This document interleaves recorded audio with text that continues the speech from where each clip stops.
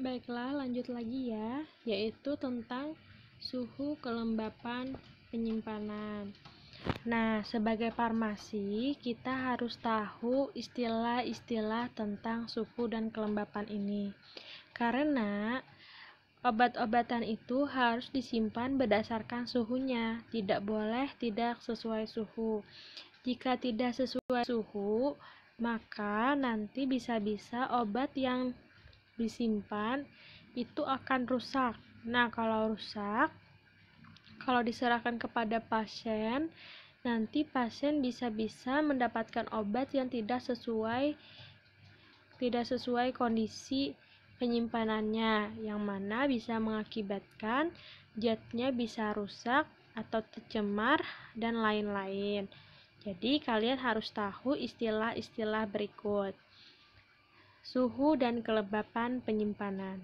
Beberapa monografi mencantumkan ketentuan khusus mengenai suhu dan kelembapan, serta distribusi bahan termasuk pengangkutan bahan kepada konsumen.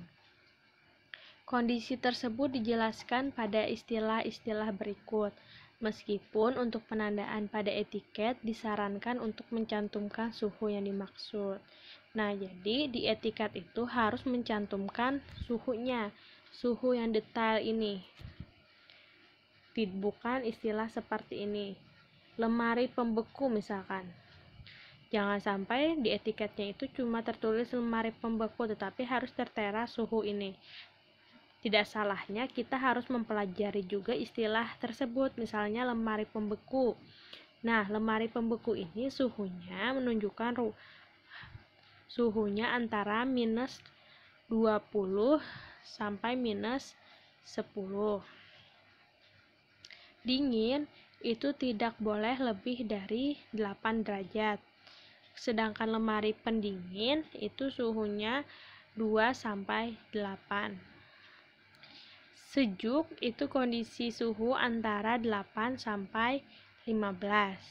Suhu terkendali, suhu yang dipertahankan secara termostatik, artinya 2 sampai 8 berdasarkan pengalaman penyimpanan. Antara 0 sampai 15 derajat selama penyimpanan.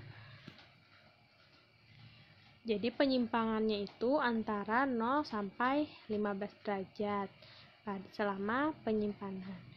Pengangkutan dan distribusi hingga rata-rata suhu kinetik tidak lebih dari 8. Lonjak suhu hingga 25 diperbolehkan jika produsen memberikan keterangan demikian.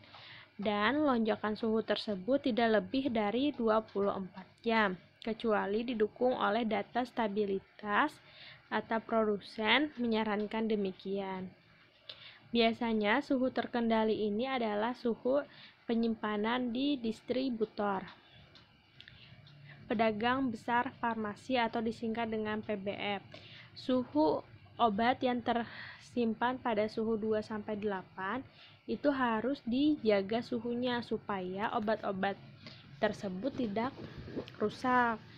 Di sini dapat terjadinya penyimpangan 0-15 derajat asalkan itu memang sudah diperbolehkan oleh produsen. Jadi tetap suhu 2-8 kalau di farmasi itu harus terkendali, harus diukur suhunya. Biasanya ada termodigital yang diletakkan di dalam kulkas, tetapi kalau dalam distributor atau PBF yang besar biasanya ada lemari esnya itu sebesar ruangan, sebesar seperti ruangan kamar. Nah, ruangan kamarnya itu semuanya suhunya 2-8.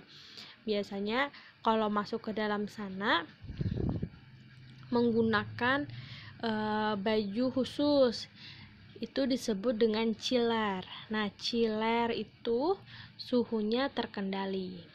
Kemudian suhu ruang itu tidak lebih dari 30 derajat. Suhu ruang seperti suhu biasa saja, suhu yang saat ini tanpa dilakukan pendinginan. Kemudian suhu ruang terkendali, suhunya itu antara 20 sampai 25. Penyimpangannya antara 15 sampai 30 hingga rata-ratanya itu tidak boleh penyimpangannya lebih dari 25. Jadi suhu ruangan itu 20 sampai 25.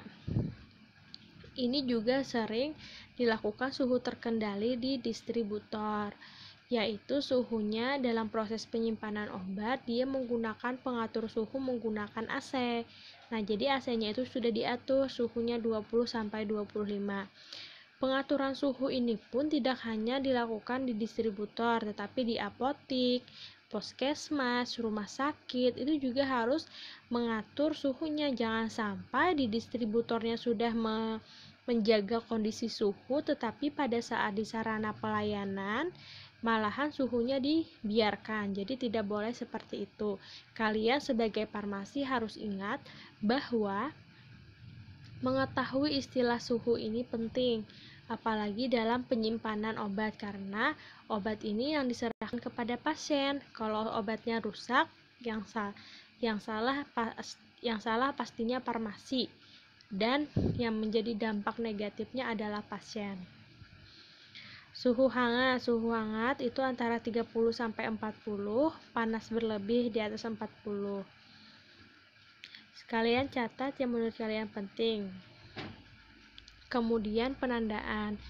Penandaan ditunjukkan kepada seluruh etiket dan tulisan cetakan atau grafik yang terdapat pada wadah langsung, bahan atau pada kemasan atau bungkus lainnya, kecuali wadah pemindahan lainnya. Etiket diartikan sebagai bagian dari penandaan pada wadah langsung. Wadah pengangkutan yang mengandung zat tunggal, kecuali wadah tersebut juga merupakan wadah langsung atau bagian luar dari kemasan, diberi etiket dengan identitas minimum dari produk, kecuali untuk bahan yang dikendalikan terdiri dari nomor lot, waktu kadaluarsa, kondisi penyimpanan, dan distribusi. Bahan pada farmakope ini harus memenuhi persyaratan penandaan sesuai dengan peraturan perundang-undangan sebagai persyaratan tambahan. Jadi penambahan pada suatu obat itu penting. Contohnya nih ya, kalian pada saat ingin meracik obat itu harus ada etiket. Etiket itu atau disebut dengan penandaan, di mana etiket di sana tertulis namanya untuk siapa, terus aturan pakainya bagaimana, nanti ditulis di situ. Mungkin kalian belum masih bingung etiket itu seperti apa. Contoh lain adalah kalian pasti pernah melihat ini sediaan sirup. Nah, di sediaan sirup biasanya di botol atau di kotaknya ada etiketnya. Etiket itu di sini ada tulisan indikasinya, dosisnya berapa, diminum berapa kali, penyimpanannya bagaimana. Nah, itu adalah disebut dengan penandaan atau etiket. Mungkin sekian dulu pembahasan tentang ketentuan kefarmasian dan farmakope Indonesia. Apabila ada yang ditanyakan atau masih bingung, boleh langsung ditulis di kolom komentar. Sekian, terima kasih atas perhatiannya. Wassalamualaikum warahmatullahi wabarakatuh.